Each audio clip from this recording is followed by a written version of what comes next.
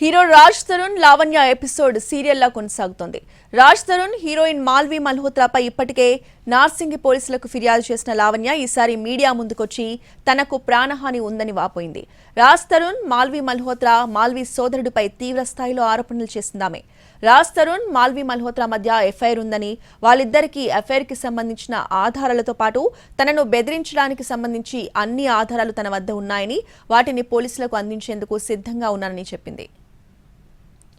మాల్వి అతని సోదరుడు తనను బెదిరించారని, అందుకే వాళ్ళిద్దరిపై పోలీసులకు కంప్లైంట్ చేశానని చెప్పింది లావణ్య. తనను ఎలాగైనా వదిలించుకోవాలనే ఉద్దేశంతోనే రాజ్ తరుణ్ తనపై ఆరోపణలు చేస్తున్నాడని అంది. మస్తాన్ తనకు ఫ్రెండే కానీ రాజ్ ఆరోపిస్తున్నట్లుగా మస్తాన్కు తనకు మధ్య ఎలాంటి ఇల్లీగల్ రిలేషన్షిప్ లేదని వాపోయింది.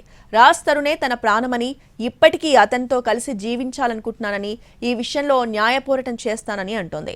రాజ్ తరుణ్కు కానీ తనకు కానీ డ్రగ్స్ తీసుకునే అలవాటు లేదని, కానీ తనను డ్రగ్స్ కేసులో ఇరికించారని ఆరోపించింది. ఫస్ట్ కంప్లైంట్ చేసింది అయితే మాల్వి అండ్ వాళ్ళ బ్రదర్ పైనే చేశాను. వాళ్ళకి అఫేర్ ఉండడం అన్నది అయితే జరుగుతుంది. అండ్ అఫేర్ గురించి మాట్లాడినప్పుడు నాకు థ్రెట్ చేశారు. ఇండైరెక్ట్గా కొన్నిసార్లు ఒప్పుకున్నారు, డైరెక్ట్గా కొన్నిసార్లు ఒప్పుకున్నారు.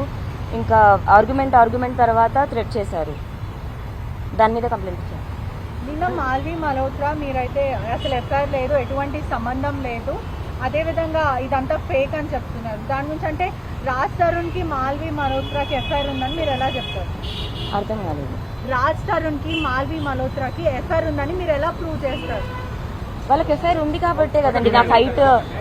వాళ్ళకి ఎఫ్ఐఆర్ ఉంది కాబట్టే నా ఫైట్. ఇప్పుడు లేనిది నేను తీసుకొచ్చి నా లైఫ్ నేను రోడ్డు మీద పెట్టి చేయాల్సిన అవసరం అయితే నాకు లేదు.